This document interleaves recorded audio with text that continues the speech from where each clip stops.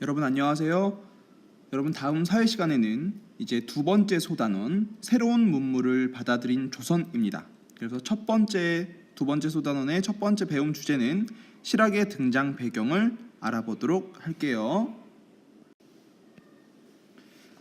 실학의 등장 배경을 알아보기 전에 먼저 이야기를 해보자면 조선은 이 전란을 극복하고 새로운 사회로 나아가기 위해서 이제 다시 교류를 합니다. 그죠? 주변 나라와 교류를 하는데 우리가 일본 즉 외에 보낸 사신은 통신사라고 불렀죠. 청나라에 보낸 사신도 있는데요. 청나라에 보낸 사신은 연행사라고 이렇게 불렀습니다. 그래서 이 용어들은 우리가 기억해 놓으면 좋을 것 같아요. 어렵지 않으니까. 이렇게 하면서 우리가 영향을 받기도 했을 거고, 특히 일본에는 통신사를 보내서 그 문화에 영향을 주기도 했을 겁니다. 자, 여러분 그러면 잠깐 5학년 역사로 한번 다시 돌아가 볼까요? 여러분 조선이라는 나라가 이 질서와 예절이 바로 선 나라를 만들기 위해서 근본으로 삼은 것이 있는데요. 그것이 바로 유교죠, 유교. 유교 국가였습니다. 조선은. 그래서 성균관과 향교 등, 자, 이것들은 어떤 기관이죠? 지금으로 따지면 학교들이죠. 학교. 그리고 성균관은 지금으로 따지면 대학교라고 할 수 있겠고요. 향교는 지방에서 공부하는 중등학교라고 할 수 있겠죠. 거기에서 가르치는 것은 바로 유학이었습니다. 유학. 그런데 조선 후기로 넘어오면서 유학이 도대체가 백성들에게는 도움이 안 되는 거예요.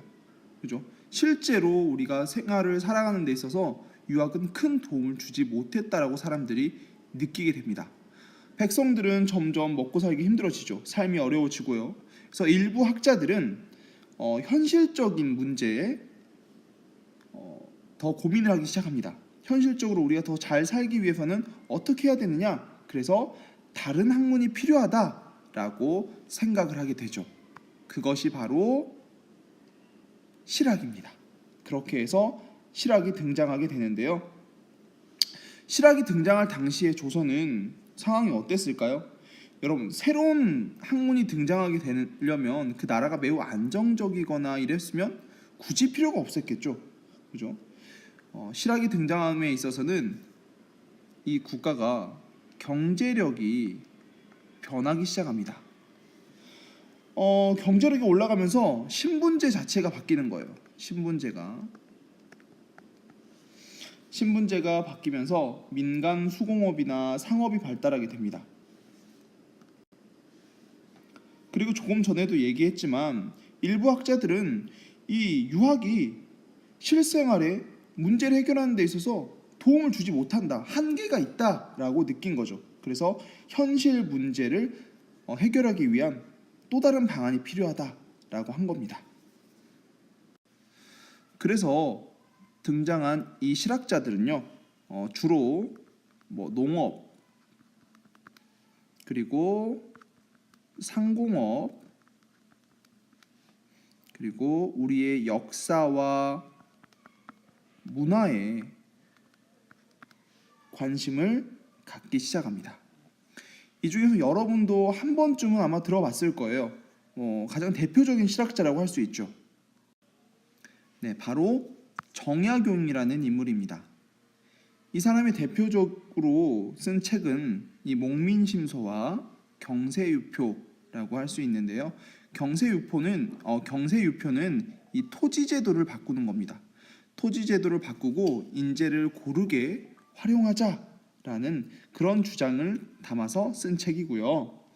그리고 목민심서는 지방 관리들이 어떻게 행동을 해야 되는가, 그래야 어떻게 해야 우리 백성들, 우리 나라가 잘 살 수 있는가에 대해서 이야기한 그런 책입니다.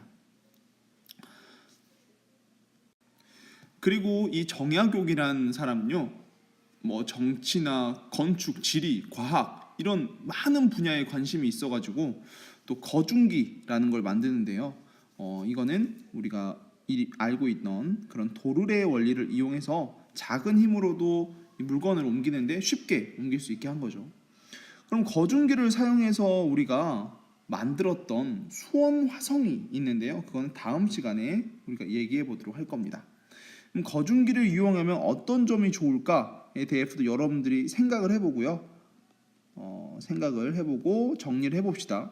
이걸 사용하면 좋은 점은 무엇일지 여러분들이 생각해서 한번 정리를 해봅니다. 그걸 가지고 다음 시간에 공부할 내용을 같이 다음에 이야기해 보도록 할 거니까요. 그리고 여러분, 우리의 것을 연구한 그런 실학자들도 있다고 했죠. 그래서 유득공이란 이 실학자는 이 바레고라는 책을 썼는데요. 자, 느껴지나요?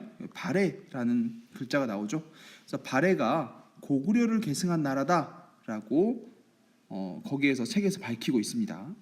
그리고 유희라는 인물은 언문지라는 책인데요. 이걸 통해서 잘못된 한자음을 한글로 올바르게 표기하려고 했고요. 그리고 중요한 거, 이 한글의 우수성을 여기에서 밝혀주고 있습니다. 그리고 정약전이라는 사람은요, 자산어보 책인데요.